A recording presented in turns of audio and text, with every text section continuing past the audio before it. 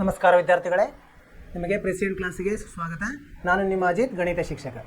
ಇವತ್ತಿನ ಕ್ಲಾಸಲ್ಲಿ ನಾವು ಹಿಂದಿನ ಕ್ಲಾಸಿನಲ್ಲಿ ಏನು ಮಾಡಿದ್ವಿ, ಈಗ ಅಭ್ಯಾಸವನ್ನು ಮಾಡ್ತಾ ಇದ್ವಿ. ಅಭ್ಯಾಸ 5.3 5.3 ನಾವು 10 ಪ್ರಶ್ನೆಗಳನ್ನು ಮುಗಿಸಿದ್ವಿ. ನಾವು ನಿಮ್ಗೇನು ಹೇಳ್ತೀವಿ, ನಾವು ಮನೆಗೆಲಸ ಅಂತೇಳಿ ಪುನರಾವರ್ತನೆ ಮಾಡಿರಿ. ನೀವು ಅದರಲ್ಲಿ ನೀವು ಏನಾಗಬೇಕು, ಪರ್ಫೆಕ್ಟ್ ಆಗಬೇಕು. ನೀವು ಮಾಡಿರಿ ಅಂತ ತಿಳ್ಕೊಂಡಿದ್ದೀರಿ. ನಿಮ್ಗೆ ಏನಾದರೂ ಸಂದೇಹಗಳಿದ್ದರೆ ಅದನ್ನು ನೀವು ಏನು ಮಾಡಬೇಕು, ಮೆಸೇಜ್ ಮಾಡಬೇಕು. ಅದನ್ನು ನಾವು ಬಗೆಹರಿಸ್ತೀವಿ. ಈಗ ಮುಂದಿನ ಪ್ರಶ್ನೆಗೆ ಹೋಗೋಣ. 11ನೇ ಪ್ರಶ್ನೆ ಏನಂತಿದೆ, ಒಂದು ಸಮಾಂತರ ಶ್ರೇಣಿಯ ಮೊದಲ n ಪದಗಳವರೆಗಿನ ಮೊತ್ತ. ಅದಕ್ಕೊಂದು ಸೂತ್ರ ಕೊಟ್ಟಾರೋ ಏನು, n ಪದಗಳ ಮೊತ್ತ ಕೊಟ್ಟಾರೋ. ಅಂದರೆ n ಪದಗಳವರೆಗಿನ ಮೊತ್ತ 4n - n² ಅಂತ ಕೊಟ್ಟಿದ್ದಾರೆ. ಆದರೆ ಮೊದಲ ಪದ ಎಷ್ಟು? ಮೊದಲ ಪದ S1. ಮೊದಲ ಪದ ಅಂದ್ರೇನು, ಅದೇ A1 ಇರ್ತದೆ, ಅದೇ S1 ಇರ್ತದೆ. ಯಾಕಂದರೆ ಒಂದನೇ ಪದಕ್ಕೆ ಏನು ನಾವು ಕೂಡಿಸಿರಂಗಿಲ್ಲ. ಹೀಗಾಗಿ ಅದನ್ನೇ A ಅಂತ ತಗೊಳ್ಳೋದು, ಅದನ್ನೇ S1 ಅಂತ ತಗೊಳ್ಳೋದು. ಆಮೇಲೆ ಮತ್ತೇನು ಕೇಳಿದ್ರೆ, ಮೊದಲ 2 ಪದಗಳ ಮೊತ್ತ ಅಂದರೆ S2 ಕೇಳಿದ್ದಾರೆ. ಎಷ್ಟು ಕಂಡುಹಿಡಬಹುದು? ಎರಡನೇ ಪದ ಎಷ್ಟು? ಎರಡನೇ ಪದ ಹೆಂಗೆ ಕಂಡುಹಿಡಬೇಕು?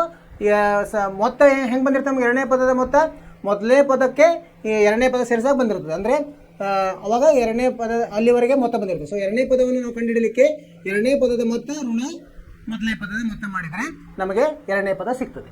ಅದೇ ಥರ ಮೂರನೇ ಪದದಲ್ಲಿ ಎರಡನೇ ಪದದ ಮೊತ್ತ, ಮೂರನೇ ಪದದ ಮೊತ್ತ ಋಣ ಎರಡನೇ ಪದದ ಮೊತ್ತ ಮಾಡಬೇಕು.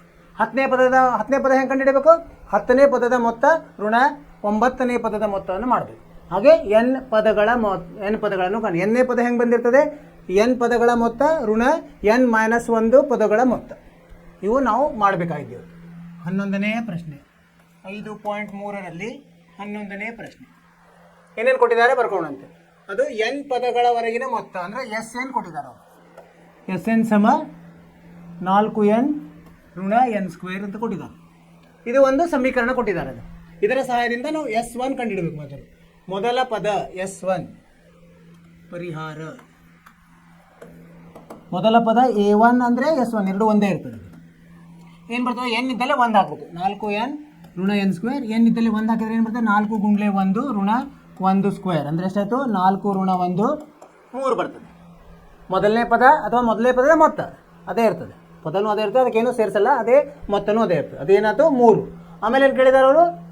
ಎರಡನೇ ಪದ ಎಷ್ಟು? ಎರಡನೇ ಪದ ಅಂದರೆ ಮೊದಲು ಎರಡನೇ ಪದದವರೆಗಿನ ಮೊತ್ತವನ್ನು ಕಂಡುಹಿಡಬೇಕು ನಾವು. ಮೊದಲ 2 ಪದಗಳ ಮೊತ್ತ ಅಂದರೆ S2 ಕಂಡುಹಿಡಲಿಕ್ಕೆ ಕೇಳಿದ್ದಾರೆ. S2 ಹೆಂಗೆ ಕಂಡುಹಿಡ್ತೀವಿ?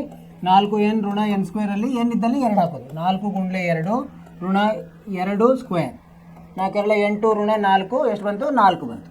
ಇದು 2 ಪದಗಳ ವರೆಗಿನ ಮೊತ್ತ ಆಯಿತು. ಅವ್ರೇನು ಕೇಳಿದಾರೆ ಮುಂದೆ? ಮೊದಲ 2 ಪದಗಳ ಮೊತ್ತ ಆಯಿತು. ಎರಡನೇ ಪದ ಹೇಗೆ ಬರ್ತದೆ ನಮಗೆ? A2 S2 ಋಣ S1 ಮಾಡಬೇಕು. ಅವಾಗ ಎರಡನೇ ಪದ ಬರ್ತದೆ. ನೆನಪಿಟ್ಕೊಡಿ. ಯಾವುದೇ ಪದವನ್ನು ಕಂಡುಹಿಡಬೇಕಾದ್ರೆ ಅದರದ ಅನುಕ್ರಮ ಮೊತ್ತಗಳನ್ನು ನಾವು ಕಳೆದಾಗ ಆ ಪದ ಸಿಗುತ್ತೆ. S2 ಎಷ್ಟು ಬಂದಿದೆ? 4 ಬಂದಿದೆ. S1 ಎಷ್ಟು ಬಂದಿದೆ? 3 ಬಂದಿದೆ. ಅಂದರೆ A2 ಎಷ್ಟು ಬಂತು? ಎರಡನೇ ಪದ 1 ಬಂತು. ಆಮೇಲೆ ಮುಂದೆ ಹೇಳಿದ್ರೆ ಅದೇ ರೀತಿ ಮೂರನೇ ಪದ ಕಂಡುಹಿಡಬೇಕಾದ್ರೆ ಮೊದಲು ನಾವು S3 ಕಂಡುಹಿಡಬೇಕು. 4n ಋಣ n² 4 × 3 ಋಣ 3² ಅಂದರೆ 4 × 12 ಋಣ 9 ಎಷ್ಟು ಬಂತು? 3 ಬರ್ತದೆ. ಇದು ಮೊತ್ತ, 3 ಪದಗಳವರೆಗಿನ ಮೊತ್ತ. ಅದೇ ರೀತಿ A3 ಹೆಂಗೆ ಬರ್ತದೆ ನಮಗೆ? S3 ಋಣ S2 ಮಾಡಬೇಕು. S3 ಎಷ್ಟಿದೆ? 3 ಇದೆ. ಋಣ S2 1 ಇದೆ. ಅಂದರೆ A3 2 ಆಯಿತು. ಪದ ಯಾವುದು? ಮೂರನೇ ಪದ 2 ಆಯಿತು. ಆಮೇಲೆ ಏನು ಕೇಳಿದಾರೆ? 10ನೇ ಪದಕ್ಕೆ ಏನು ಕಂಡುಹಿಡಬೇಕು ನಾವು? S10 ಕಂಡುಹಿಡಬೇಕು. ಮೊದಲು S10 ಏನು? 4n ಋಣ n² 4 × 10 ಋಣ 10² 4 × 10 ಅಂದರೆ ಎಷ್ಟು? 40 ಋಣ 100 ಅಂದರೆ ಋಣ 60 ಆಯಿತು. ಇದನ್ನು ಉಪಯೋಗದಿಂದ ಈಗ ನಾವು 10ನೇ ಪದ ಕಂಡುಹಿಡಬೇಕು. ಇದು ಮೊತ್ತ ಕಂಡುಹಿಡಬೇಕು. 10ನೇ ಪದ ಕಂಡುಹಿಡಬೇಕಂದ್ರೆ 9ರ ಮೊತ್ತವನ್ನು ಕಂಡುಹಿಡಬೇಕಾಗ್ತದೆ. ಆವಾಗ S9 ಕಂಡುಹಿಡಬೇಕು. 4n ಋಣ n² 4 × 9 ಋಣ 9² 36 ಋಣ 81 ಎಷ್ಟು ಬರ್ತಿದ್ದು? 81 ಋಣ ಇದ್ದಾಗ 36 35 45 ಋಣ 45 ಬರ್ತದೆ. ಈಗ 10ನೇ ಪದ ಕಂಡುಹಿಡಲಿಕ್ಕೆ ಹೇಳಿದ್ದಾರೆ. A5 ಹೆಂಗೆ ಬರ್ತದೆ? A10 ಕೇಳಿದ್ದಾರೆ. A10 ಹೆಂಗೆ ಬರ್ತದೆ? S10 ಋಣ S9ರಿಂದ ಬರ್ತದೆ. S10 ಕಂಡುಹಿಡಿದೀವಿ ನಾವು. ಎಷ್ಟಿದೆ? ಋಣ 60 ಇದೆ. ಋಣ 9 ಋಣ 45 ಅಂದರೆ ಋಣ ಧನ ಆಯಿತು. ಋಣ 60 ಧನ 45 ಅಂದರೆ ಋಣ 15 ಆಯಿತು. ಎಷ್ಟನೇದು? 10ನೇ ಪದ ಆಯ್ತು ಇದು. ಆಮೇಲೆ ಎನ್ನೇ ಪದ ಮುಂದ್ಗಡೆ ಹೋಗೋಣಂತೆ. ಎಸ್ ಎನ್ ಗೊತ್ತಿದೆ ನಿಮಗೆ, ಎಸ್ ಎನ್ ಕೊಟ್ಬಿಟ್ಟಿದ್ದಾರೆ ಅವರು. ಎಸ್ ಎನ್ ಏನು ಕೊಟ್ಟಿದ್ದಾರೆ? 4n ಋಣ n ಸ್ಕ್ವೇರ್. ಅವಾಗ ಇದರ ಹಿಂದಿನ ಪದ ಅಂದರೆ ಎಸ್ ಎನ್ ಋಣ 1 ಕಂಡುಹಿಡಿಬೇಕು. 4n ಋಣ 1 ಸ್ಕ್ವೇರ್ ಋಣ n ಸ್ಕ್ವೇರ್. n ಸ್ಕ್ವೇರ್ ಅಲ್ಲ, ಇದನ್ನು ಇದು n ಇದ್ದಲ್ಲೇ n ಋಣ 1 ಹಾಕಬೇಕು.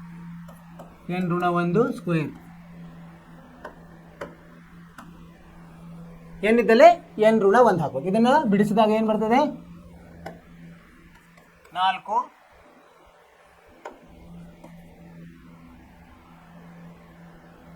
ಇಲ್ಲೇನು ಬರ್ತದೆ? 4n ಋಣ 4, ಇದು ಋಣ.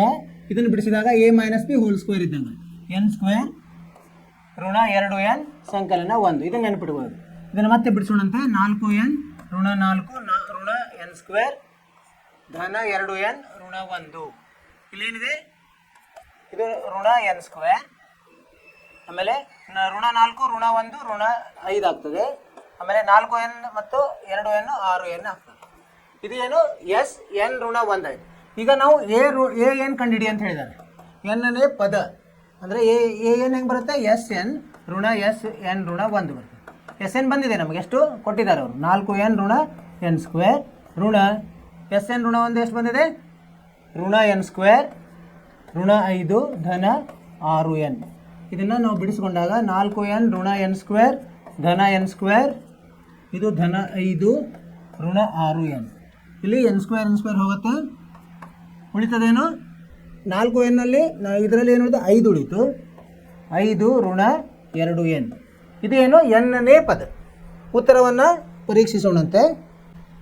5 ಋಣ 2n ಸರಿಯಾಗಿದೆ. ಇದು ಉತ್ತರ, ಸರಿಯಾದ ಉತ್ತರ. ಅದೇ ಥರ ಹಿಂದಿನ ಉತ್ತರಗಳನ್ನು ನೋಡೋಣಂತೆ. ಏನು ಹೇಳಿದ್ರು ಅವರು?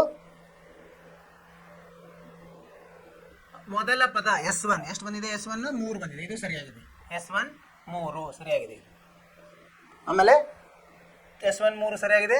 ಮೊದಲ 2 ಪದಗಳ ಮೊತ್ತ S2 ಎಷ್ಟು ಬಂದಿದೆ? S2 4 ಬಂದಿದೆ. 4 ಸರಿಯಾಗಿದೆ ಉತ್ತರ. ಆಮೇಲೆ ಮೂರನೇ ಪ್ರಶ್ನೆ ಏನಿದೆ? ಎರಡನೇ ಪದ A2 ಎಷ್ಟು ಬಂದಿದೆ? ಇಲ್ಲಿ ನಮಗಿಲ್ಲಿ 1 ಬಂದಿದೆ. ಉತ್ತರ A2 ಎಷ್ಟು ಬಂದಿದೆ? 1 ಸರಿಯಾಗಿದೆ.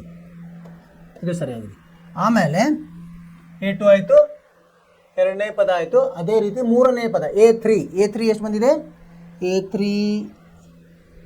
ಋಣ 1. A3 ನೋಡಿಲ್ಲ. S3 ಎಷ್ಟು ಬಂತು? S3 3 ಋಣ S2 4. ಇಲ್ಲಿ ತಪ್ಪು ಬರ್ದಿದೆ ನೋಡಿ.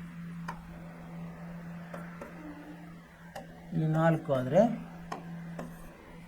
ಇಲ್ಲಿ ಋಣ 1 ಆಗ್ತದೆ. ಋಣ 1 ಸರಿಯಾದ ಉತ್ತರ. A3 ಆಯಿತಾ? ಆಮೇಲೆ ಏನು ಕೇಳಿದ್ದಾರೆ ಅವರು? 10ನೇ ಪದ A10 ಎಷ್ಟು ಬಂದಿದೆ? ಋಣ 15 ಸರಿಯಾಗಿದೆ. ಇದು ಸರಿಯಾಗಿದೆ. ಆಮೇಲೆ 10ನೇ ಪದ ಆಯಿತು. ಆಮೇಲೆ ಏನು? ಎನ್ನೇ ಪದ ಸರಿಯಾಗಿದೆ. ಏನು ಮಾಡಿದ್ವಿ ಇಲ್ಲಿ? ಮೊದಲು ಅವರು ಒಂದು ಸಮೀಕರಣ ಕೊಟ್ಟಿದ್ದಾರೆ. ಅಂದರೆ n ಪದಗಳ ಮೊತ್ತ 4n ಋಣ n ಸ್ಕ್ವೇರ್ ಅಂತ ಕೊಟ್ಟಿದ್ದಾರೆ. ಇದರ ಆಧಾರದ ಮೇಲೆ ನಮಗೆ ಅವ್ರು ಏನು ಕೇಳಿದರೆ? ಮೊದಲನೇ ಪದದ ಮೊತ್ತ ಅಥವಾ ಮೊದಲನೇ ಪದ ಕೇಳಿದರೆ n ಇದ್ದಲ್ಲಿ 1 ಹಾಕಿದರೆ ನಮಗೆ 3 ಬಂತು, ಅದು ಸರಿಯಾಗಿದೆ. ಆಮೇಲೆ ಎರಡನೇ ಪದದ ಮೊತ್ತ ಕೇಳಿದರೆ n ಇದ್ದಲ್ಲಿ 2 ಹಾಕಿದರೆ 4 ಬಂತು, ಅದು ಸರಿಯಾಗಿದೆ. ಆಮೇಲೆ ಏನು ಕೇಳಿದ್ದಾರೆ ಅವರು? ಎರಡನೇ ಪದ ಹೇಗೆ ಬರ್ತದೆ? S2 ಋಣ S1 ಮಾಡಬೇಕು. ಅವಾಗ ಎರಡನೇ ಪದ ಬರ್ತದೆ, ಅದು 1 ಬಂದಿದೆ, ಅದು ಸರಿಯಾಗಿದೆ. ಆಮೇಲೆ ಅವ್ರು ಕೇಳಿದ್ದು ಮೂರನೇ ಪದ ಕಂಡುಹಿಡಿಯಲಿಕ್ಕೆ ನಮಗೆ S3 ಕಂಡುಹಿಡಬೇಕು. S3 ಕಂಡುಹಿಡಿದು ಅದು 3 ಬಂತು. ಅದರಲ್ಲಿ ಎರಡನೇ ಪದದ ಮೊತ್ತವನ್ನು ಕಳಿಬೇಕು. ನಾವು ಮೊತ್ತವನ್ನು ಕಳೆದಾಗ ಋಣ 1 ಬಂತು, ಅದು ಸರಿಯಾಗಿದೆ. ಅದೇ ಥರ A10 ಹೆಂಗೆ ಬರ್ತದೆ?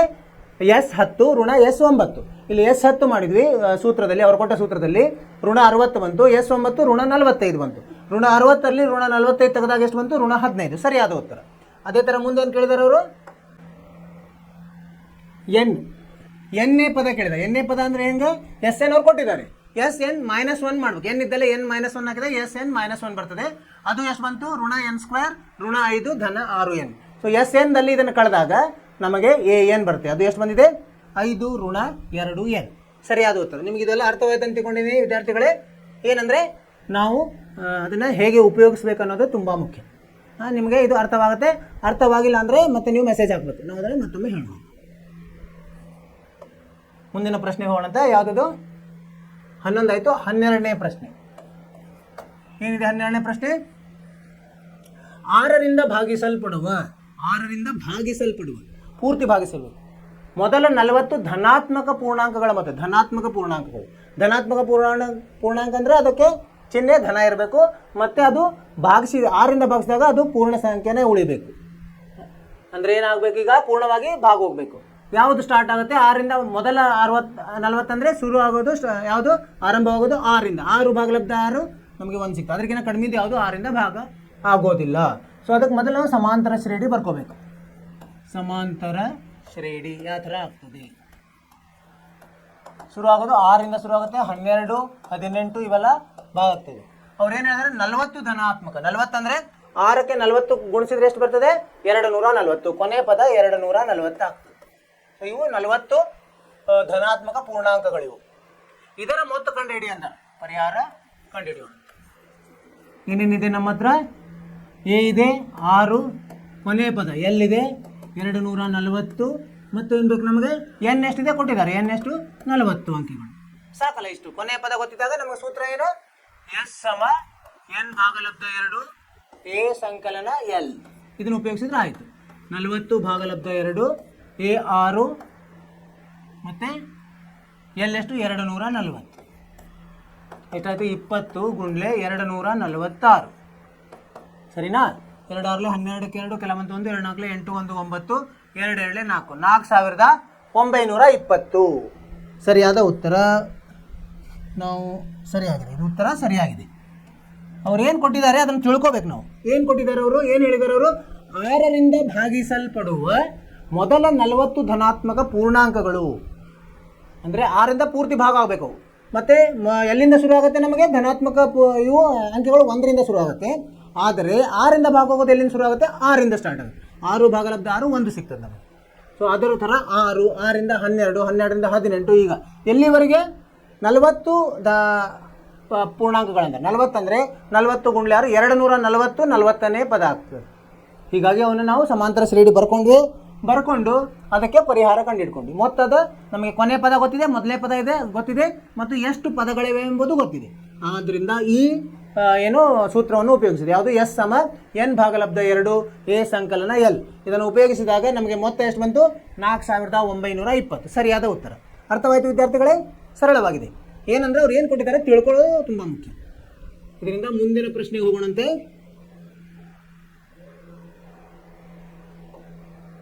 ಮುಂದಿನ ಪ್ರಶ್ನೆ 13ನೇ ಪ್ರಶ್ನೆ. 8ರ ಮೊದಲು 15 ಅಪವರ್ತ್ಯಗಳಂದ್ರೇನು, 8ರಿಂದ 8ಕ್ಕೆ ನೀವು ಯಾವುದೇ ಅಂಕೆಗಳನ್ನು ಗುಣಿಸ್ತಿರಲ್ಲ, ಅವೇನು ಉತ್ತರ ಬರ್ತದೆ ಅದೆಲ್ಲ ಅಪವರ್ತ್ಯಗಳು. ಅಂದರೆ ಆ ಸಂಖ್ಯೆಗಳು 8ರಿಂದ ಭಾಗ ಹೋಗ್ತಾವಂತ. ಅಪವರ್ತ್ಯಗಳನ್ನು ನೀವು ಕಲ್ತಿದ್ದೀರಿ, ಮೊದಲೇ ಕಲ್ತಿದ್ದೀರಿ ತುಂಬ ಹಿಂದೆ. 8ರ ಮೊದಲ 15 ಅಪವರ್ತ್ಯಗಳ ಮೊತ್ತ ಕಂಡು ಹಿಡಿಯಿರಿ. ಇಲ್ಲೂ ಹಾಗೆ ಮೊದಲು ಏನು ಮಾಡ್ಬೇಕು, ನಾವು ಸಮಾಂತರ ಶ್ರೇಣಿಯನ್ನು ರಚಿಸ್ಕೋಬೇಕು. ಸಮಾಂತರ ಶ್ರೇಣಿ ಏನಾಗುತ್ತೆ, 8 ಮೊದಲ ಅಂದರೆ ಶುರು ಆಗೋದು 8ರಿಂದ. 8 ಭಾಗಲಬ್ಧ 8 1 ಬರ್ತದೆ. ಇದರಿಂದ 16, ಇದರಿಂದ 24. ಅದೇ ಥರ ಎಲ್ಲಿವರೆಗೆ ಹೋಗ್ತದೆ ಇದು 15. 15 ಗುಂಡ್ಲೆ 8 ಅಷ್ಟು 120. ಇವು 15 ಅಪವರ್ತ್ಯಗಳು. ಈಗ ಪರಿಹಾರ, ಇದರ ಮೊತ್ತ ಕಂಡುಹಿಡಿಯೋದು ಸರಳವಾಗಿದೆ. ಅದೇ ಥರ ಇದು ಹಿಂದಿನ ಲೆಕ್ಕ ಐತಲ್ಲ ಅದೇ ಥರ ಇದೆ. ಇಲ್ಲಿ ಎ ಎಷ್ಟು 8, ಎಲ್ ಎಷ್ಟು ಕೊನೆ ಪದ 120, ಎಷ್ಟು ಅಂಕೆಗಳಿವೆ 15 ಪದಗಳು. ಸೂತ್ರ ಯಾವುದು, ಎಸ್ ಸಮ ಎನ್ ಭಾಗಲಬ್ಧ 2 ಎ ಸಂಕಲನ ಎಲ್. ಎನ್ ಎಷ್ಟು 15 ಭಾಗಲಬ್ಧ 2 ಎ ಎಷ್ಟು 8 ಸಂಕಲನ 120. 15 ಭಾಗಲಬ್ಧ 2 ಗುಂಡ್ಲೆ 128. 2 1 2 64. 15 ಗುಂಡ್ಲೆ 64 ಎಷ್ಟು ಬರ್ತದೆ ನೋಡೋಣ. 15 4 60, 6 ಬಂತು. 15 6 96, 960 ಬರ್ತದೆ. 960. ಉತ್ತರವನ್ನು ಪರೀಕ್ಷಿಸೋಣಂತೆ. ಸರಿಯಾಗಿದೆ ಉತ್ತರ, ಸರಿಯಾದ ಉತ್ತರ. ಈ ಥರ ಮಾಡ್ಬೇಕು ನಾವು. ಏನು ಮಾಡಿದ್ವಿ ಇಲ್ಲಿ, ಮೊದಲು ಸಮಾಂತರ ಶ್ರೇಣಿಯನ್ನು ರಚಿಸ್ಕೋಬೇಕು. ಏನಂತ ಹೇಳಿದ್ದಾರೆ ಅವರು, 8ರ ಮೊದಲ 15 ಅಪವರ್ತ್ಯಗಳು ಅಂದರೆ ಮೊದಲನೇ ಅಪವರ್ತ್ಯ 8, ಎರಡನೇ ಅಪವರ್ತ್ಯ 16, ಮೂರನೇ ಅಪವರ್ತ್ಯ 24, ಆ ಥರ 15ನೇ ಅಪವರ್ತ್ಯ 120 ಆಗ್ತದೆ. ಅದರ ಮೊತ್ತ ಕೇಳಿದ್ದಾರೆ. ಅವಾಗ ಏನು ಮಾಡ್ಬೇಕು ನಾವು, ಎ ಗೊತ್ತಿದೆ, ಎಲ್ ಗೊತ್ತಿದೆ, ಕೊನೆಯ ಪದ ಎನ್ ಗೊತ್ತಿದೆ. ಇದರಿಂದ ಯಾವ ಸೂತ್ರವನ್ನು ಉಪಯೋಗಿಸಬೇಕು, ಎಸ್ ಸಮ ಎನ್ ಭಾಗಲಬ್ಧ 2 ಎ ಸಂಕಲನ ಎಲ್. ಇದನ್ನು ಉಪಯೋಗಿಸಿ ನಾವು ಸರಳಗೊಳಿಸಿದಾಗ ನಮಗೆ ಸಿಗ್ತದೆ 960 ಸಿಗ್ತದೆ. 960 ಸರಿಯಾದ ಉತ್ತರ. ನಿಮಗೆ ಅರ್ಥವಾಯ್ತು ಅಂತಿಕೊಂಡೇನು ವಿದ್ಯಾರ್ಥಿಗಳೇ? ಹೀಗೆ ನಾವು ಮಾಡ್ತಾ ಹೋಗೋದು. ನಿಮಗೆ ಏನಾದರೂ ಏನಾದರೂ ನಿಮಗೆ ಮಧ್ಯದಲ್ಲಿ ಏನಾದರೂ ನಿಮಗೆ ತಿಳಿಲಿಲ್ಲ ಅಂದರೆ ಅದು ಬರ್ಕೋಬೇಕು, ಅದನ್ನು ಮೆಸೇಜ್ ಮಾಡೋಕೆ ನಾವು ಅದನ್ನು ನಿಮಗೆ ಪರಿಹಾರ ಹೇಳ್ತೀವಿ ನಾವು. ಮುಂದಿನ ಪ್ರಶ್ನೆಗೆ ಹೋಗೋಣಂತೆ. 14ನೇ ಪ್ರಶ್ನೆ. 0 ಮತ್ತು 50ರ ನಡುವಿನ ಬೆಸ ಸಂಖ್ಯೆಗಳ ಮೊತ್ತ. ಬೆಸ ಸಂಖ್ಯೆಗಳು ಎಲ್ಲಿಂದ ಶುರು ಆಗ್ತದೆ? 0 ಆಗಿಂದ 1ರಿಂದ ಸ್ಟಾರ್ಟ್. 1, 3, 5 ಈ ಥರ. 50ಕ್ಕಿಂತ ಚಿಕ್ಕದ 50 ಬೆಸ ಸಂಖ್ಯೆ ಅಲ್ಲ, 50 ಸರಿ ಸಮ ಸಂಖ್ಯೆ. ಹೀಗಾಗಿ ಅದರ ಕಡಿಮೆ ಬೆಸ ಸಂಖ್ಯೆ ಯಾವುದು? 49. ಈಗ ಮೊದಲಲ್ಲೂ ಏನು ಬರೀಬೇಕು ನಾವು? ಸಮಾಂತರ ಶ್ರೇಣಿ ಬರ್ಕೋಬೇಕು. ಸಮಾಂತರ ಶ್ರೇಣಿ ಯಾವುದಿದು? ಶುರುವಾಗಲು 1, 3, 5 ಈ ಥರ ಇಲ್ಲಿವರೆಗೆ 49. ಇವೆಲ್ಲ ಬೆಸ ಸಂಖ್ಯೆಗಳು. ಇಲ್ಲಿಂದ 0ಯಿಂದ 50. ಪರಿಹಾರ ಹೆಂಗೆ ಬರೀಬೇಕು ನಾವು? ಮೊದಲನೇ ಪದ ಎಷ್ಟಿದೆ? 1 ಇದೆ. ಕೊನೆಯ ಪದ ಎಷ್ಟಿದೆ? 49 ಇದೆ. ಹಾಗೂ ಎಷ್ಟು ಸಂಖ್ಯೆಗಳಿರ್ತಾವೆ ಅದು ಗೊತ್ತಿಲ್ಲ ನಮಗೆ. ಅವು ಎಷ್ಟಿರ್ತವೆ? 1ರಿಂದ 50ರಲ್ಲಿ ಈ 50 ಎಷ್ಟು ಸಂಖ್ಯೆ? 50 ಸಂಖ್ಯೆಗಳಿದ್ದಾವೆ. 50 ಸಂಖ್ಯೆದಲ್ಲಿ ನಮಗೆ 25 ಬೆಸ ಸಂಖ್ಯೆ ಇರ್ತಾವೆ, 25 ಸರಿ ಸಂಖ್ಯೆ ಇರ್ತಾವೆ. ಅದನ್ನು ಹೇಗೆ ನಾವು ಗುರುತು ಹಿಡಿಯೋದಂದರೆ, ಇದಕ್ಕೆ ಎಲ್ ಸಮ ಎ ಸಂಕಲನ n ಋಣ 1 ಇದನ್ನು ಹಾಕಿ ನೋಡಿದ್ರೆ ನಮ್ಗೆ ಗೊತ್ತಾಗ್ಬಿಡುತ್ತೆ. ಎಲ್ ಎಷ್ಟಿದೆ? ಇಲ್ಲಿ 49. ಕೊನೆಯದ್ದು 1ನೇದ್ದು 1 ಇದೆ. ಸಂಕಲನ n ಗೊತ್ತಿಲ್ಲ, ಋಣ 1. ಡಿ ಎಷ್ಟಿದೆ? 2 ಸಂಖ್ಯೆಗಳ ನಡುವಿನ ವ್ಯತ್ಯಾಸ. ಇದೇನಾಯಿತು? 49 ಋಣ 1 ಭಾಗಲಬ್ಧ 2 ಸಮ n ಋಣ 1. ಇದೆಷ್ಟಾಯಿತು? 48 ಭಾಗಲಬ್ಧ 2 24. ಇದು 1 ಈ ಕಡೆ ಸಂಕಲನ 1 n ಎಷ್ಟಾಯ್ತು? 25 ಆಯಿತು. ಇಲ್ಲಿ n ಎಷ್ಟು ತಗೊಳ್ಬೋದು? 25 ತಗೋಬೋದು. ಇದನ್ನು ಉಪಯೋಗಿಸಿ ಸೂತ್ರವನ್ನು ಹಾಕೊಳ್ಳುತ್ತೆ. ಎಸ್ ಎನ್ ಸಮ n ಭಾಗಲಬ್ಧ 2 ಎ ಸಂಕಲನ n. n ಎಷ್ಟಿದೆ? 25 ಭಾಗಲಬ್ಧ 2 ಕಂಸದಲ್ಲಿ 1 ಸಂಕಲನ 49. ಅಂದರೆ ಏನಾಯ್ತಿದು? 25 ಗುಂಡ್ಲೆ 50 ಭಾಗಲಬ್ಧ 2. 2 ಒಂದ್ಲೆ 2 25. 25 ಗುಂಡ್ಲೆ 25 ಎಷ್ಟು? 625. ಎಷ್ಟು ಬಂತು? 0ಯಿಂದ 50ರ ಒಳಗಿನ ಬೆಸ ಸಂಖ್ಯೆಗಳ ಮೊತ್ತ ಎಷ್ಟು ಬರ್ತದೆ? 625 ಬರ್ತದೆ. ಇದರ ಉತ್ತರವನ್ನು ಪರೀಕ್ಷಿಸೋಣಂತೆ. ಪ್ರಶ್ನೆ ಇದು 14ನೇ ಪ್ರಶ್ನೆ. 625 ಸರಿಯಾದ ಉತ್ತರ. ಸರಿಯಾಗಿದೆ. ಅರ್ಥವಾಯ್ತಲ್ಲ ವಿದ್ಯಾರ್ಥಿಗಳೇ? ಮುಂದಿನ ಪ್ರಶ್ನೆ ಹೋಗೋಣಂತೆ. 15ನೇ ಪ್ರಶ್ನೆ ಏನಿದೆ? 15ನೇ ಪ್ರಶ್ನೆ ಸ್ವಲ್ಪ ನೋಡಲಿಕ್ಕೆ ದೊಡ್ಡದು ಕಾಣಿಸ್ತದೆ ವಾಕ್ಯ, ಆದರೆ ನಾವು ಅದರಿಂದ ಏನೇನು ನಮಗೆ ಮಾಹಿತಿ ಬೇಕೋ ಅದನ್ನು ತಗೊಂಡ್ಬಿಟ್ರೆ ಸಾಕು. ನಾವು ಕಟ್ಟಡವೊಂದರ ಕೆಲಸದ ಗುತ್ತಿಗೆಗೆ ಒಂದು ನಿರ್ದಿಷ್ಟ ಸಮಯದ ನಂತರ ತಡವಾಗಿ ಕೆಲಸ ಪೂರ್ಣಗೊಳಿಸಿದರೆ ನಿರ್ದಿಷ್ಟ ರೂಪದ ದಂಡವನ್ನು ವಿಧಿಸಲಾಗಿತ್ತು. ಅದು ಹೀಗಿದೆ: ಮೊದಲನೇ ದಿನಕ್ಕೆ 200 ರೂಪಾಯಿ, ಎರಡನೇ ದಿನಕ್ಕೆ 250 ರೂಪಾಯಿ, ಮೂರನೇ ದಿನಕ್ಕೆ 300 ರೂಪಾಯಿ. ಈ ಥರ ಏನಾಗ್ತಿದೆ? ದಂಡವನ್ನು ಏರಿಸ್ತಾ ಹೋಗ್ತಾನೆ. ಪ್ರತಿದಿನ ದಂಡವು ಅದರ ಹಿಂದಿನ ದಿನದ ದಂಡಕ್ಕಿಂತ 50 ರೂಪಾಯಿ ಜಾಸ್ತಿ ಆದರೆ ಒಬ್ಬ ಗುತ್ತಿಗೆದಾರನು ಒಂದು ಕೆಲಸವನ್ನು ಪೂರ್ಣಗೊಳಿಸಲು 30 ದಿನಗಳ ಕಾಲ ತೆಗೆದುಕೊಂಡರೆ ಅವನ್ನು ಕೊಡಬೇಕಾದ ದಂಡವನ್ನು ಲೆಕ್ಕಾಚಾರ ಮಾಡಿ. ಈಗ ಒಂದು ಕೆಲಸ ಅಂತ ನಾವು ಕೊಟ್ಟಿರ್ತೀವಲ್ಲ, ಇಷ್ಟು ದಿವಸಕ್ಕೆ ಮುಗೀತದಂತೆ ಅವರು ಒಂದು ಅಂದಾಜು ಮಾಡಿರ್ತಾರೆ. ಅದು ಮುಗಿದಿಲ್ಲ, ಏನೋ ಯಾವುದೇ ಅವ್ರದ್ದೇ ಏನೋ ಒಂದು ಕಾರಣದಿಂದ ಅವರ ಕೆಲಸಗಾರ ಬರಲಿಲ್ಲ, ಏನೋ ಆಯಿತು, ಅವರಿಗೆ ಏನಾಗ್ತಾರೆ? ದಂಡ ಹಾಕ್ತಾರೆ. ನೀವು ಮುಗಿಸ್ಲಿಲ್ಲ ಇಷ್ಟು ಬೇಗ ಅಂದರೆ ಒಂದೊಂದು ದಿವಸ ನೀವು ಏನಾಗುತ್ತೆ, ಲೇಟಾಗಿ ಮಾಡ್ತಾ ಹೋದರೆ ಕೆಲಸ, ಒಂದು ದಿವಸಕ್ಕೆ ಇಷ್ಟಿಷ್ಟು ದಂಡ ಹೆಚ್ಚಿಗೆ ಆಗ್ತಾ ಹೋಗ್ತದೆ. ಇದು 1ನೇ ದಿವಸದಲ್ಲಿ 200 ರೂಪಾಯಿ ದಂಡ ಹಾಕಬೇಕು. ಒಂದು ದಿವಸಕ್ಕೆ ನೀವು ಹೇಳಿದ್ರಿ ಏನು ಆದಿತ್ಯವಾರ ಮುಗಿತಾ ಅಂದರೆ ಸೋಮವಾರ ಮುಗಿಸಿದ್ರಂದ್ರೆ ನಿಮಗೆ 200 ರೂಪಾಯಿ ದಂಡ. ಸೋಮವಾರ ಬದಲಿ ಮಂಗಳವಾರ ಮಾಡಿಸಿದ್ರೆ ಇದು 200, ಮಂಗಳವಾರದ 250, 450 ಕೊಡಬೇಕು. ಹೀಗೆ ಅದು ಬೆಳೀತಾ ಹೋಗ್ತದೆ. ಇಲ್ಲಿ ಏನಾಯಿತು? ಅವರು ಏನು ಗುತ್ತಿಗೆದಾರ ಇದ್ನಲ್ಲ, ಅವನು 30 ದಿವಸ ಜಾಸ್ತಿ ತೊಗೊಂಬಿಟ್ಟ. ಅವಾಗ ಅವನು ಎಷ್ಟು ದುಡ್ಡು ಕೊಡಬೇಕು ದಂಡದ ರೂಪದಲ್ಲಿ ಅಂತ ಕಂಡುಹಿಡಿಬೇಕು ನಾವು. ಅದಕ್ಕೆ ನಾವು ಏನು ಮಾಡ್ಬೇಕು? ಮೊದಲ ಸಮಾಂತರ ಶ್ರೇಣಿ ರಚಿಸಬೇಕು. ಸಮಾಂತರ ಶ್ರೇಣಿ ಹೆಂಗೆ ಬರ್ತದೆ? ಸಮಾಂತರ ಶ್ರೇಣಿ ಶುರು ಆಗೋದು 200ರಿಂದ ಶುರು ಆಗ್ತದೆ 1ನೇ ದಿವಸಕ್ಕೆ, ಆಮೇಲೆ 250, ಆಮೇಲೆ 300 ಈ ಥರ ಹೋಗ್ತದೆ. ಎಷ್ಟು ದಿವಸ ಅಂತ ಹೇಳಿದಾರೆ ಅವರು? 30 ದಿನಗಳ ಕಾಲ. 30 ದಿನಗಳು. ಇದರ ನಾವು ಈಗ ಪರಿಹಾರ ಕಂಡುಹಿಡಿಯೋಣಂತೆ. ಪರಿಹಾರ ಏನಿದೆ? ಎ ಎಷ್ಟಿದೆ? 200 ಸರಿ. ಕೊನೆಯ ಪದ ಗೊತ್ತಿಲ್ಲ, ಇರಲಿ. ಆಮೇಲೆ ಡಿ ಎಷ್ಟಿದೆ?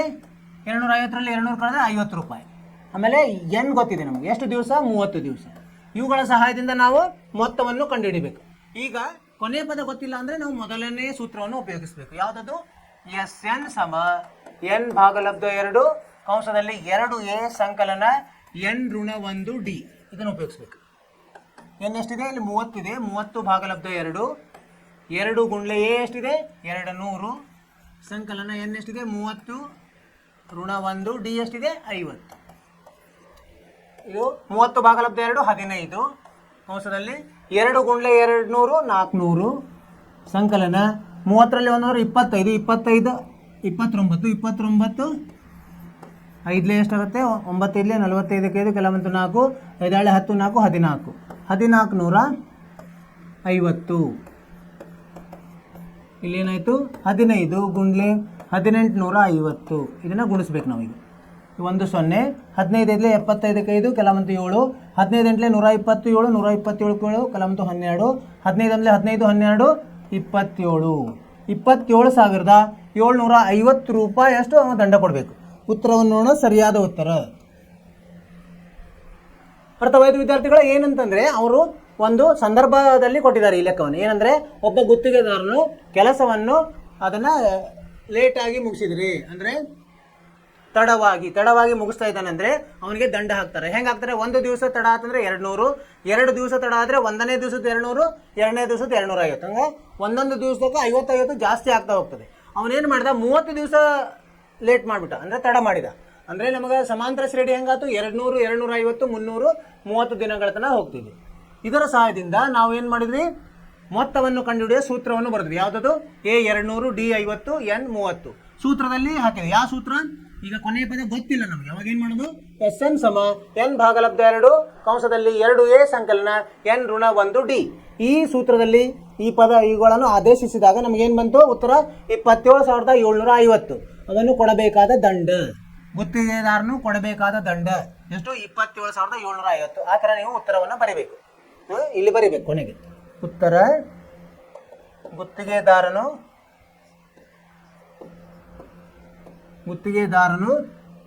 ಕೊಡಬೇಕಾದ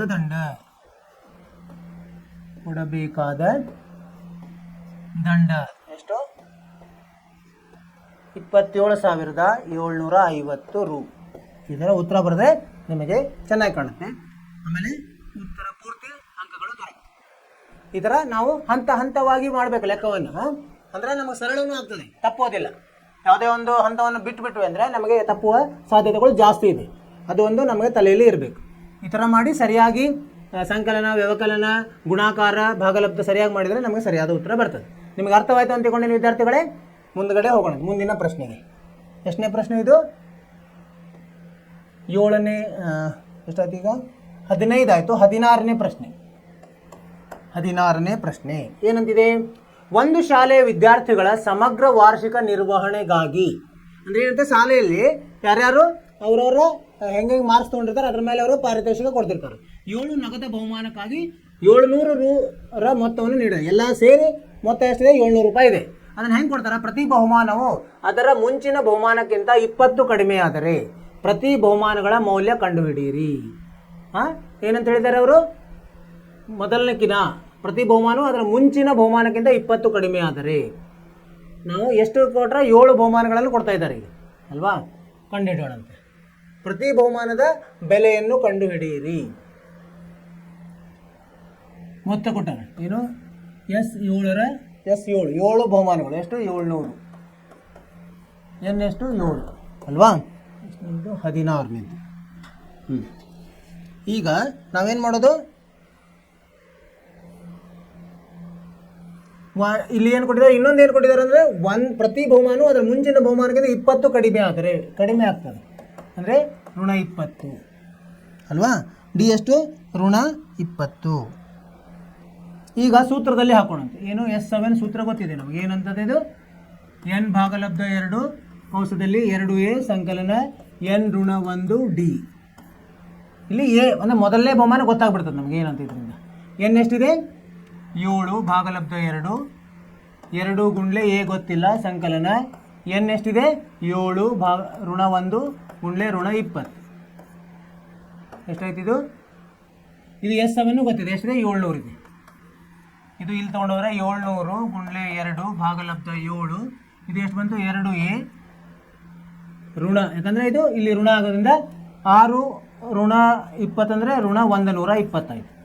ಈಗ ಇಲ್ಲಿ 7 1 700 200, ಇದು ಅಲ್ಲಿ ಹೋದರೆ ಧನ 120 ಆಗ್ತದೆ, 325. 320 ಸಮ 2a ಎ ಎಷ್ಟಾಯಿತು 320 ಭಾಗಲಬ್ಧ 2 160. 160 ರೂಪಾಯಿ ಒಂದನೇ ಬಹುಮಾನ. ಸರಿನಾ? ಈಗ ಒಂದು ಸಿಕ್ತು, ಅದರಿಂದ ಏನಾಗುತ್ತೆ, ಈಗ ಒಂದೊಂದು ಕಡಿಮೆ ಆಗ್ತಾ ಹೋಗುತ್ತೆ ಅಲ್ವಾ. ಈಗ ಒಂದನೇ ಬಹುಮಾನ ಏನು ಬಂತು ನಮಗೆ, ಎ ಸಮ 160 ಬಂತು. A2 ಎಷ್ಟು ಬರುತ್ತೆ, ಎ ಅಂದರೆ A1 ಅದೇ 160ರಲ್ಲಿ 20 ಕಳೆದ್ರೆ ಎಷ್ಟು ಬರ್ತದೆ 140 ಎರಡನೇ ಬಹುಮಾನ. ಮೂರನೇ ಬಹುಮಾನ ಎಷ್ಟು 140ರಲ್ಲಿ 20 ಕಳೆದ್ರೆ 120. ನಾಲ್ಕನೇ ಬಹುಮಾನ 120ರಲ್ಲಿ 20 ಕಳಿಬೇಕು 100 ರೂಪಾಯಿ. ಐದನೇ ಬಹುಮಾನ 100ರಲ್ಲಿ 20 ಕಳೆದ್ರೆ ಎಷ್ಟು 80. 1 2 3 4 5 7 ಬಹುಮಾನ ಆಗಬೇಕು. ಆರನೇ ಬಹುಮಾನ 80ರಲ್ಲಿ 20 ಕಳೆದ್ರೆ ಎಷ್ಟು 60 ರೂಪಾಯಿ. ಮತ್ತು ಏಳನೇ ಬಹುಮಾನ ಎಷ್ಟು 60ರಲ್ಲಿ 20 ಕಳೆದ್ರೆ 40 ರೂಪಾಯಿ. ಇವೆಲ್ಲ ಬಹುಮಾನಗಳು. ಒಂದನೇ ಬಹುಮಾನ, ಎರಡನೇ ಬಹುಮಾನ, ಮೂರನೇ ಬಹುಮಾನ, ನಾಲ್ಕನೇ ಬಹುಮಾನ, ಐದನೇ ಬಹುಮಾನ, ಆರನೇ ಬಹುಮಾನ, ಏಳನೇ ಬಹುಮಾನ. ಈ ಥರ ವಿದ್ಯಾರ್ಥಿಗಳಿಗೆ ಕೊಟ್ಟರು. ಇದರ ಮೊತ್ತವನ್ನು ಮಾಡಿದಾಗ 700 ಬರಬೇಕು ನಾವು. ಬರುತ್ತೆ ನೋಡಿರಿ, 60 40 100 180 280 300 400 440 540 600 700 ರೂಪಾಯಿ ಬಂತು. ಒಟ್ಟು ಮೊತ್ತ 700 ಬಂತು. ಅಂದರೆ ನಮ್ಮ ಉತ್ತರ ಸರಿಯಾಗಿದೆ. ತಾಳೆನೂ ನೋಡ್ದಂಗೆ ಆಯಿತು.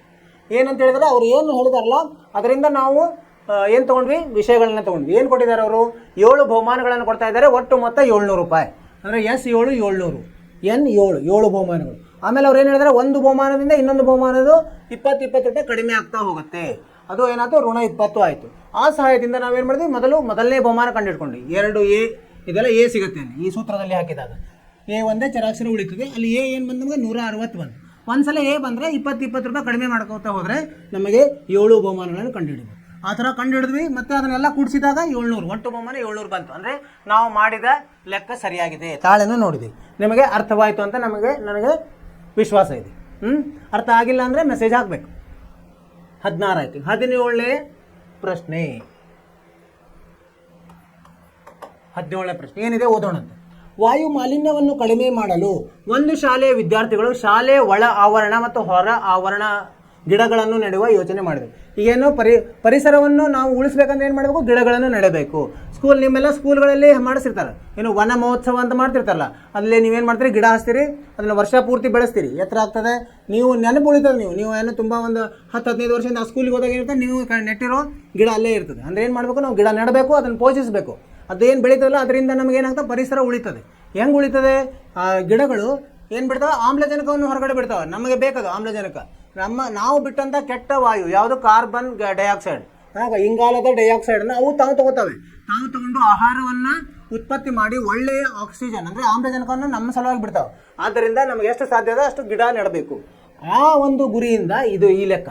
ವಾಯು ಮಾಲಿನ್ಯ ಕಡಿಮೆ ಆಗ್ತದೆ. ಈಗ ನೋಡಿ, ನಾವು ಗಾಡಿಯೆಲ್ಲ ಓಡಿಸ್ಕೊಂಡಿದ್ದೀವಿ, ಅದರಿಂದ ಸುಡುವ ಪೆಟ್ರೋಲು ಡೀಸೆಲ್ಲು ಅದರಿಂದನೂ ತುಂಬ ಕಾರ್ಬನ್ ಡೈಆಕ್ಸೈಡ್ ಬರ್ತದೆ, ಅಂದರೆ ಇಂಗಾಲದ ಡೈಆಕ್ಸೈಡ್. ಅದರಿಂದನೂ ಪರಿಸರ ನಾಶ ಆಗ್ತಾ ಇದೆ. ಅದನ್ನು ಅದನ್ನು ನಾವು ಬಿಡ್ತೀವಲ್ಲ, ಅದನ್ನು ಹೆಂಗಾದರೂ ಮಾಡಿ ಅದನ್ನು ಮುಗಿಸ್ಬೇಕಲ್ಲ. ಹೆಂಗೆ ಮುಗಿಸ್ಬೇಕು, ಅದನ್ನು ಬೇರೆ ಏನೂ ಅದಕ್ಕೆ ವಿಧಾನವಿಲ್ಲ. ಗಿಡಗಳೇ ಅದನ್ನು ಕುಡಿದು ಆಹಾರ ತಮಗೆ ಅದನ್ನು ಮಾಡಿ ತಯಾರು ಮಾಡ್ಕೊಂಡು ತಮ್ಮ ಸಲುವಾಗಿ ಅವು ಒಳ್ಳೆಯ ಆಮ್ಲಜನಕವನ್ನು ಬಿಡಲಿಕ್ಕೆ ಅದು ಒಂದೇ ಈಗ ನಮಗೆ ಉಳಿದಿರೋ ಪರಿಹಾರ. ಅದಕ್ಕೆ ನಾವೇನು ಮಾಡಬೇಕು, ಗಿಡಗಳನ್ನು ಜಾಸ್ತಿ ನೆಡಬೇಕು. ಅದರ ಮೇಲೆ ಈ ಲೆಕ್ಕ ಇದೆ. ಸೊ ಅಲ್ಲೇನು ಮಾಡಿದರು, ಪ್ರತಿ ತರಗತಿಯ ಪ್ರತಿ ವಿಭಾಗದಲ್ಲಿ ನೆಡುವ ಗಿಡಗಳ ಸಂಖ್ಯೆಯು ಅವರು ಅಧ್ಯಯನ ಮಾಡುತ್ತಿರುವ ತರಗತಿಯ ಸಂಖ್ಯೆಗೆ ಸಮವಾಗಿದೆ. ಈಗ 1ನೇ ಕ್ಲಾಸ್ ಹುಡುಗರು 1 ಗಿಡ ನೆಡ್ತಾರೆ, 2ನೇ ಕ್ಲಾಸ್ ಹುಡುಗರು 2 ಗಿಡ ನೆಡ್ತಾರೆ. ಹಾಗೆ ಇವ್ರು ಹೇಳಿರ್ತಾರೆ ಅಧ್ಯಾಪಕರು, ಈ ಥರ ಮಾಡಿರಿ ಅಂತ. ಅಂದರೆ ಅವ್ರು ಎಲ್ಲಿವರೆಗಿದೆ, 12ನೇ ತರಗತಿವರೆಗೆ ಅಲ್ಲಿ ಇದು ಇದ್ದಾವೆ, ಏನು ತರಗತಿಗಳು. ಅಂದರೆ 12ನೇ ತರಗತಿ ಇದು ಎಷ್ಟು ನೆಡಬೇಕಾಯ್ತು, 12 ಗಿಡಗಳನ್ನು ನೆಡಬೇಕಾಯ್ತು. ಆದರೆ ಏನಿದೆ, ಒಂದೊಂದು ತರಗತಿಯಲ್ಲಿ 3 ವಿಭಾಗಗಳಿವೆ. ಅಂದರೆ 1ನೇತದ್ದು 3 ಏನಿದೆ ತರಗತಿಗಳಿದ್ದಾವೆ, 2ನೇತದ್ದು 3 ತರಗತಿ, ಹೀಗೆ. ಅಂದರೆ ಪೂರ್ತಿ ಅಂದರೆ 12 ತರಗತಿ ಎಲ್ಲ ಸೇರಿ 36 ತರಗತಿಗಳಿವೆ. ಆ ಥರ ನಾವೇನು ಮಾಡಬೇಕು, ಈಗ ಒಟ್ಟು ಗಿಡಗಳು ಎಷ್ಟು ಆದವು ಅಂತ ಕೇಳ್ತಾರೆ. ಅದಕ್ಕೆ ನಾವೇನು ಮಾಡಬೇಕು, ಮೊದಲು ಒಬ್ಬೊಬ್ಬರು ಎಷ್ಟು ನೆಟ್ರಂತೆ ಅದನ್ನು ಸಮಾಂತರ ಶ್ರೇಣಿಯಲ್ಲಿ ಬರ್ಕೊಂಡಂತೆ ಅದನ್ನು 3ರಿಂದ ಗುಣಿಸ್ಬಿಟ್ರೆ ಆಯಿತು, ನಮಗೆ ಉತ್ತರ ಸಿಗ್ತದೆ. ಸೊ ಇಲ್ಲಿ ಆಗುವ ಸಮಾಂತರ ಶ್ರೇಣಿ ಹೆಂಗಾಗುತ್ತೆ ನೋಡಿ, ಸಮಾಂತರ ಶ್ರೇಣಿ ಹೆಂಗಾಯ್ತು. ಈಗ 1ನೇ ತರಗತಿ 1 ಗಿಡ ನೆಡ್ತಾನೆ, 2ನೇ ತರಗತಿ 2 ಗಿಡ ನೆಡ್ತಾರೆ, 3ನೇ ತರಗತಿ 3, ಹಾಗೆ ಹೋಗ್ತಾ ಹೋಗ್ತಾ 12ನೇ ತರಗತಿಯವರು 12 ಗಿಡ ನೆಡ್ತಾರೆ. ಇದರ ಒಟ್ಟು ಗಿಡಗಳನ್ನು ಮೊದಲು ಕಂಡುಹಿಡಿಬೇಕು. ಪರಿಹಾರ ಎಷ್ಟು A1, ಆಮೇಲೆ ಕೊನೆಯದ್ದು ಎಷ್ಟು L12, N ಎಷ್ಟು 12. ಈಗ ಮೊದಲು ಇದರ ಮೊತ್ತ ಹೆಂಗೆ ಕಂಡುಹಿಡಿತೀವಿ ನಾವು, S ಸಮ N ಭಾಗಲಬ್ಧ 2 ಕಂಸದಲ್ಲಿ A ಸಂಕಲನ L. N ಎಷ್ಟಿದೆ 12 ಭಾಗಲಬ್ಧ 2 ಕಂಸದಲ್ಲಿ A1 ಸಂಕಲನ L ಎಷ್ಟಿದೆ 12 ಇದೆ. 2 6 12, 6 ಗುಂಡ್ಲೆ 13, 13 6 ಎಷ್ಟು 78.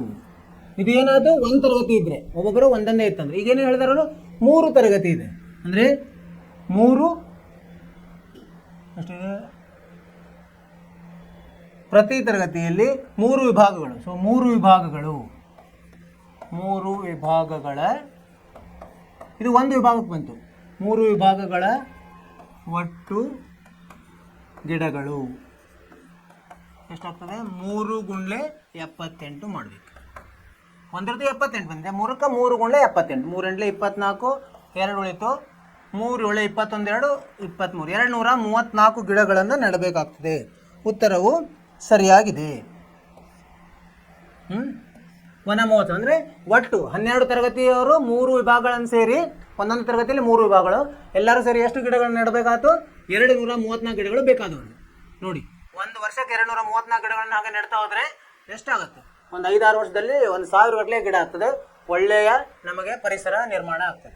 ನೀವು ನಿಮ್ಮ ತರಗತಿಯಲ್ಲಿ ಹೀಗೆ ಮಾಡ್ತೀರಿ ಅಂತ ತಿಳ್ಕೊಂಡಿದ್ದೀನಿ ನಾನು.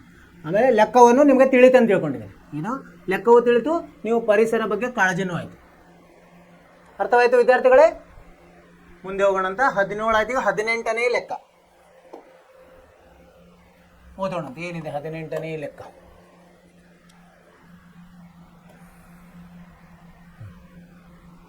ಒಂದು ಸುರುಳಿ ಈ ಥರ ಹಿಂಗೆ ಸುತ್ತಾ ಹೋಗ್ತದೆ.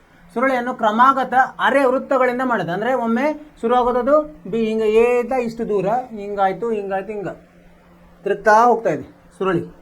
ಅವುಗಳ ಕೇಂದ್ರಗಳು ಪರ್ಯಾಯವಾಗಿ ಒಂದ್ಸಲ ಎ ಇದ್ರೆ ಒಂದ್ಸಲ ಬಿ ಕೇಂದ್ರಗಳು. ಎ ಕೇಂದ್ರದಿಂದ ಆರಂಭವಾಗಿ ತ್ರಿಜ್ಯಗಳು 0.5 ಸೆಂಟಿಮೀಟರ್, 1 ಸೆಂಟಿಮೀಟರ್, 1.5 ಸೆಂಟಿಮೀಟರ್, 2 ಸೆಂಟಿಮೀಟರ್, ಹೀಗೆ ಚಿತ್ರ 5.4ರಲ್ಲಿ ತೋರಿಸಿದಂತೆ ಇದೆ. ಈ ರೀತಿ 13 ಕ್ರಮಾಗತ ಅರೆ ವೃತ್ತಗಳಿಂದ ಮಾಡಲ್ಪಟ್ಟ ಸುರುಳಿಯ ಒಟ್ಟು ಉದ್ದ ಏನು? ಇಲ್ಲಿ ಪಾಯ ಬೆಲೆ ಕೊಟ್ಟಿದ್ದಾರೆ 22 ಭಾಗಲಬ್ಧ 7. ಏನಂದರೆ ಇಲ್ಲಿ ಈಗ ತ್ರಿಜ್ಯದ ಸಹಾಯದಿಂದ ನಾವು ಒಂದು ಸುರುಳಿಯನ್ನು ಮಾಡಿದರೆ ಏನಾಗುತ್ತೆ, ಅರೆ ಹೇಳಿದ್ದಾರೆ ಇಲ್ಲಿ ನೋಡಿ, ಅರೆ ವೃತ್ತಗಳ ಉದ್ದ ಎಷ್ಟು ಬರ್ತದೆ, ಪಾಯ್ ಆರ್ ನೆನಪಿಡ್ಬೇಕು ಈ ಸೂತ್ರ. 18 ಈ ಸೂತ್ರ, ಅರೆ ವೃತ್ತದ ಉದ್ದ ಸೂತ್ರ ಏನು, ಪಾಯ್ ಆರ್. ಇಲ್ಲಿ ಇದರಿಂದ ನಾವು ಸಮಾಂತರ ಶ್ರೇಣಿ ರಚಿಸಬೇಕು. ಏನು ಹೆಂಗೆ ಬರ್ತದೆ ನಮಗೆ ಪರಿಹಾರ ಸಮಾಂತರ ಶ್ರೇಣಿ ಯಾವ ಥರ ಆಗುತ್ತೆ ನಮ್ಮದು ಸಮಾಂತರ ಶ್ರೇಣಿ? Pai R1, Pai R2, Pai R3 ಈ ಥರ ಎಲ್ಲಿವರೆಗೆ ಹೋಗುತ್ತೆ, 13 ಅಂತ ಹೇಳಿದ್ದಾರೆ. ಪಾಯ್ R 13. ಇಲ್ಲಿ ಏನಾಯ್ತು ನಮ್ಮದು, ಇದು R1 ಎಲ್ಲಿಂದ ಶುರು ಆಯಿತು,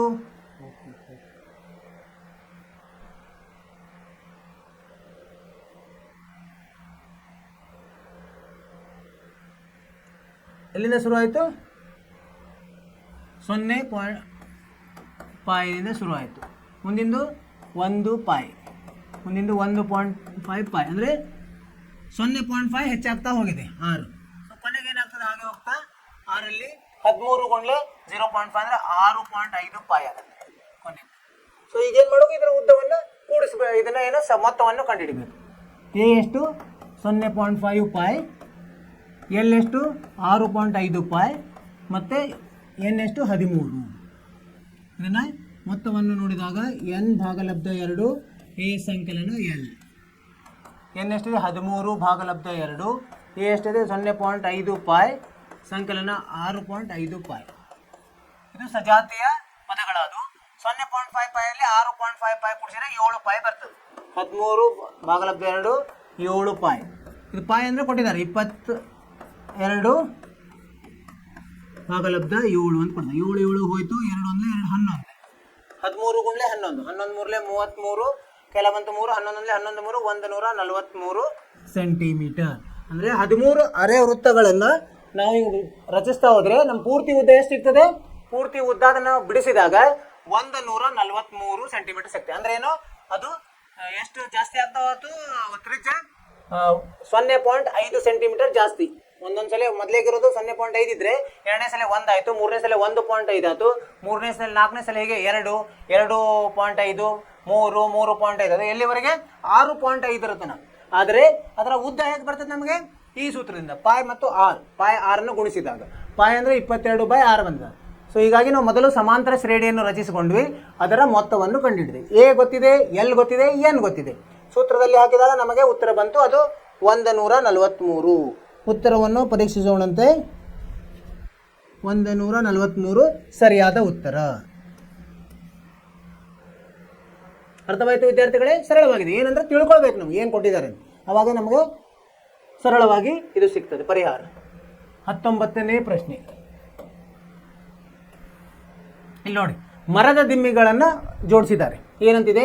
200 ಮರದ ದಿಮ್ಮಿಗಳನ್ನು ಕೆಳಗೆ ಸೂಚಿಸಿರುವಂತೆ ಒಂದರ ಮೇಲೊಂದು ಜೋಡಿಸಿದ್ದಾರೆ. ಅಂದರೆ ಕಡಿಮೆ ಜಾಗದಲ್ಲಿ ಜಾಸ್ತಿ ಹೆಂಗೆ ಹೊಂದಿಸ್ಬೇಕಂತ, ಅವು ಬಿದ್ದು ಹೋಗಬಾರ್ದು, ಹತ್ರದಲ್ಲ ದೂರ ದೂರ ಮಾಡಿ ಜಾಸ್ತಿ ಕೆಳಗಿಟ್ಟು ಕಡಿಮೆ ಮಾಡ್ತಾ ಬರೋದು. ಸೊ ಒಂದರ ಮೇಲೊಂದು ಜೋಡಿಸಲಾಗಿದೆ.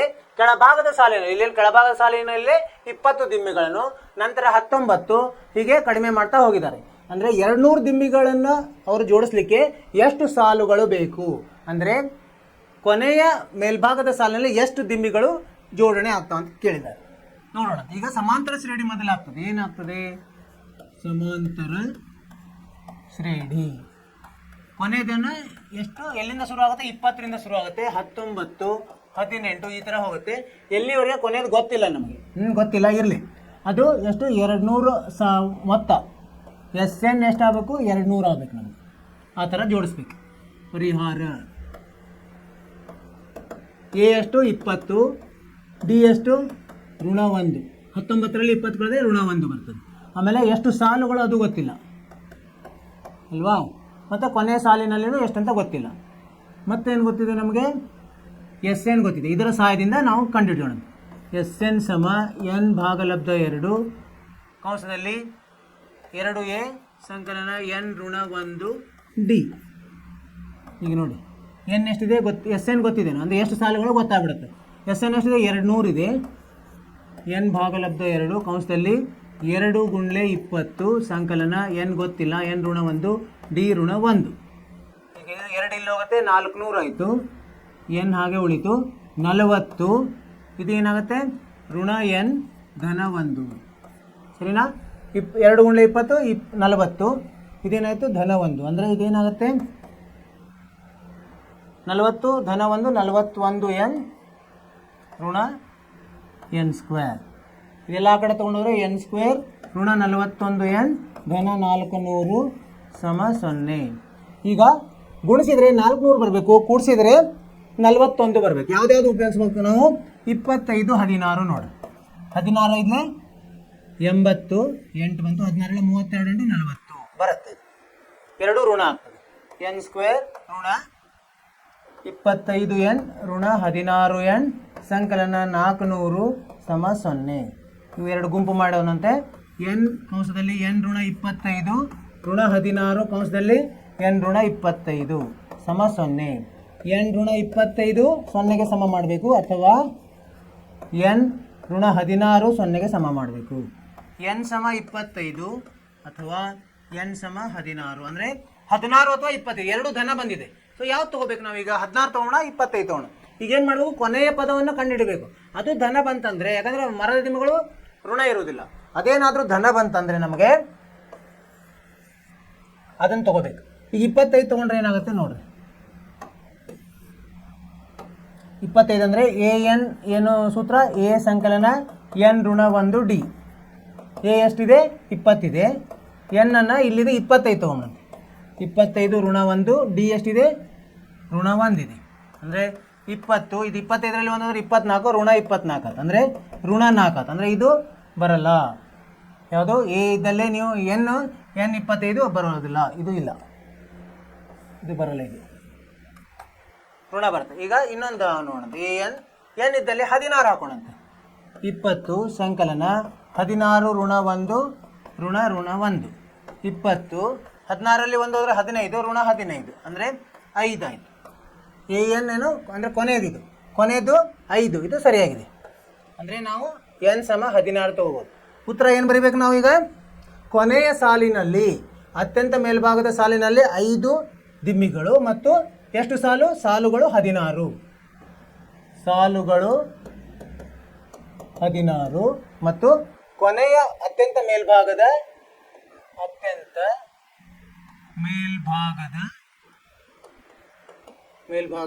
ಸಾಲಿನಲ್ಲಿ ಎಷ್ಟಿರ್ತವೆ?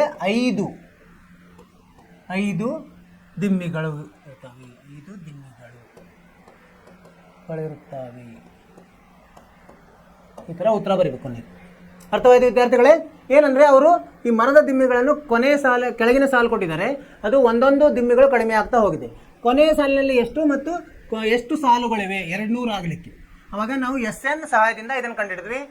ಸಮಾಂತರ ಶ್ರೇಣಿ ಮಾಡ್ಕೊಂಡ್ವಿ ನಾವು. ಕೊನೆ 20ರಿಂದ ಶುರುವಾಗಿ 20, 19, 18 ಆ ಥರ. ಈಗ ನಮಗೆ ಕೊನೆಯದು ಗೊತ್ತಿಲ್ಲ, ಅದನ್ನೇ ಕಂಡುಹಿಡಿಬೇಕು. ಅಲ್ಲಿ ಏನು ಮಾಡಿದ್ವಿ? ಎನ್ ಕಂಡುಹಿಡಿದ್ವಿ. ಎನ್ ಕಂಡುಹಿಡಿದಾಗ ಏನಾಯಿತು?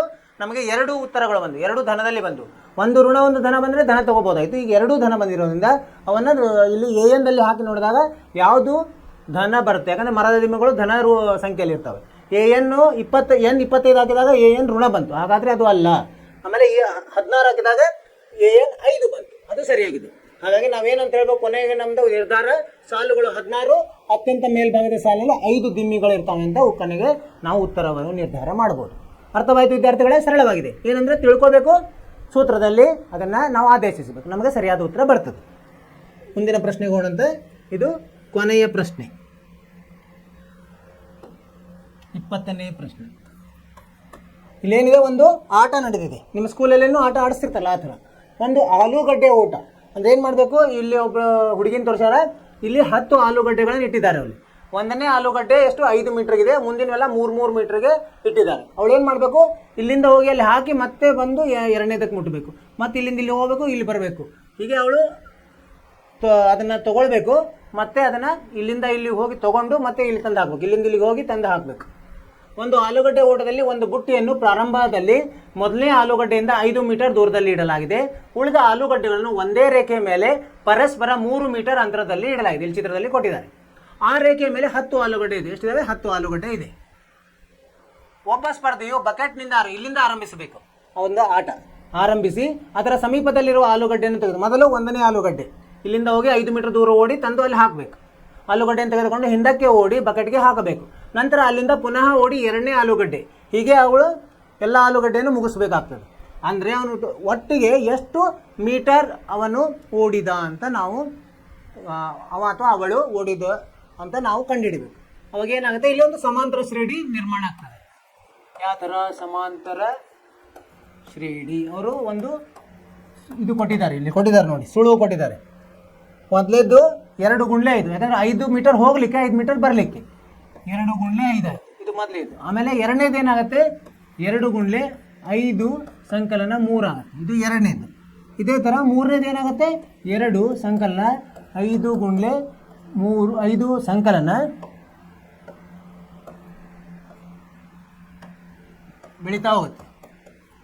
ಒಂದು ಇದಕ್ಕೆ ಇಲ್ಲಿ 3 ಇಲ್ಲ, ಇಲ್ಲಿ 3 1 ಆಯಿತು, ಇಲ್ಲಿ 3 2 ಆಯಿತು. ಈ ಥರ ಬೆಳೀತಾ ಹೋಗಿ ಎಷ್ಟಿದೆ? 10ನೇ ಆಲೂಗಡ್ಡೆಗೆ ಏನಾಗುತ್ತೆ? 2 ಗುಂಡ್ಲೆ 5 ಸಂಕಲನ 3 ಎಷ್ಟು ಸಲ ಬರುತ್ತೆ? 9 ಸಲ ಬರುತ್ತೆ. ಈ ಥರ ಒಂದು ಸಮಾಂತರ ಶ್ರೇಣಿ ಆಗ್ತದೆ. ಇದು ಪರಿಹಾರ. ಇದರದ್ದು ಒಟ್ಟು ಮೊತ್ತವನ್ನು ಕಂಡುಹಿಡಿಬೇಕು ನಾವು. SN ಸಮ n ಭಾಗಲಬ್ಧ 2 a ಸಂಕಲನ L ಉಪಯೋಗಿಸ್ಬೋದು. n ಎಷ್ಟಿದೆ? 10 ಇದಾವಲ್ಲ, 10 ಆಲೂಗಡ್ಡೆ. 10 1 2 3 4 5 6 7 8 9 10 ಭಾಗಲಬ್ಧ 2. a ಎಷ್ಟಿದೆ?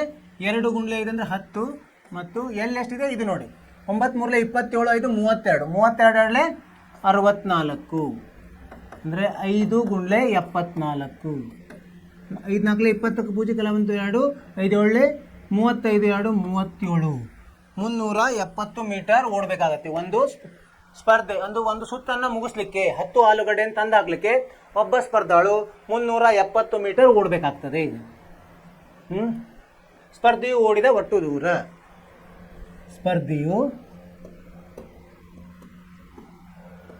ಓಡಿದ ಒಟ್ಟು ದೂರ ಎಷ್ಟಾಯಿತು? ಸಮ 370 ಮೀಟರ್. ಏನಂತ ಹೇಳಿದಾರೆ ಅವರು? ಇದೊಂದು ಆಟ. ಏನಂದರೆ 10 ಆಲೂಗಡ್ಡೆಗಳನ್ನು ಇಟ್ಟಿದ್ದಾರೆ. ಹಿಂಗೆ ಒಂದು ಬಕೆಟ್ ಇದೆ. ಸೊ ಬಕೆಟನ್ನು ಹತ್ತಿರದಲ್ಲಿರೋದು ಮೊದಲು 5 ಮೀಟರ್ ಇದೆ.